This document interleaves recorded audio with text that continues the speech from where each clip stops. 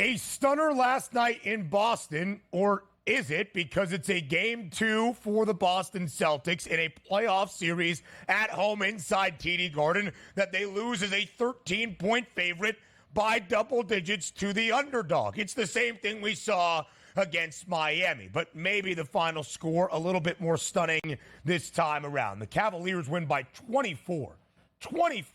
They lambast Boston in their own home building by 20-plus points as a 13-point road underdog, 118-94. Last night's total, 212 and a hook. It stays under by the half point. Sometimes the hook giveth, and sometime it taketh. And when the Celtics only score 94, and it's the Cavs going through 96 points on the road for the first time in this postseason, scoring 118, it's not what you foresee. How surprised were you, DRS, to find out this final score last night in Beantown?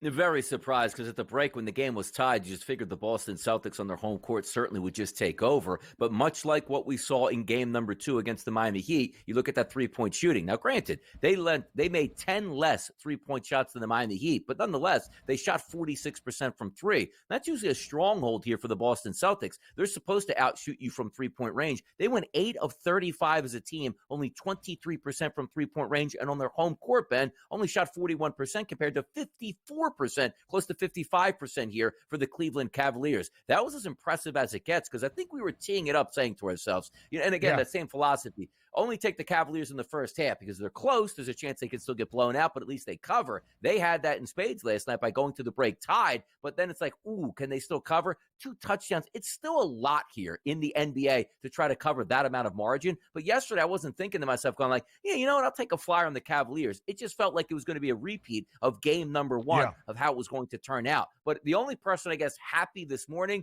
would be, I think it's Wick Grossbach, the owner of the Boston Celtics, knowing that he's going to get a game 5 in his building for another big gate for a couple $1 million into his pocket. But outside of that, let's see how this goes with the series moving forward, because we talked about it with the Miami Heat series.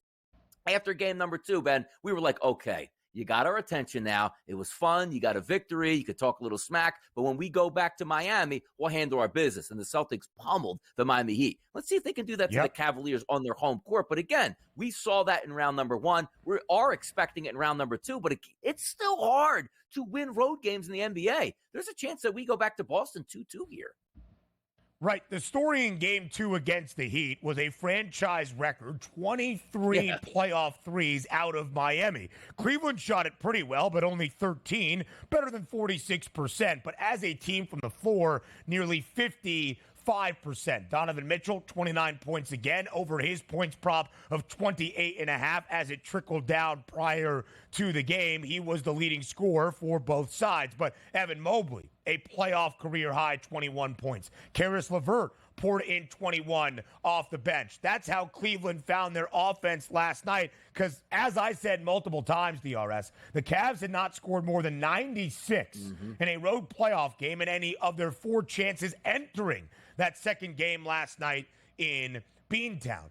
2 things have happened for the Celtics in their 7 playoff games now. They have either won 5 times, they have won by at least 14 points in cover the number, or as a 13-plus point favorite, they lose outright by double digits in a game 2 to the underdog. Are we concerned at all by the Celtics, as we'll have the big picture conversation on Boston? Because we had George Bilecki on, who works in Nesson, or works in Boston for Nesson, covers the Celtics closely. And he even said, you expect Boston to have one game, they overlook their opponent, but they'll figure it out and win in 5 or at most 6. At a certain point, though, in playoff basketball, that can't happen anymore. And I know where we're going down this path, because it's great, because we love extended series. It's more, fodder to talk about. Are the Celtics overrated at this point? No, they're not. But when did we get to a point where it's like, well, hey, if Boston just doesn't sweep everybody to the NBA Finals, they're really downtrodden at this point. You also have to remind ourselves, they are down a starter in Kristaps Porzingis, who would make a difference here. But there's no excuses from a Boston side. But if round number 1 goes in a gentleman's sweep and round number 2 goes in a gentleman's sweep, that's what we sort of anticipate. And let's just say it's the Knicks and it goes 6 or 7 games. That's still a good series win for the Boston Celtics. So the high elevation of those price points that we look at for the Celtics are the ones that we say we don't want to bet those because they sound ridiculous. But if this team is moving on in 5 and 6 games, you can't fault them. That's still a clean sweep here, or a clean victory, I should say, in these rounds.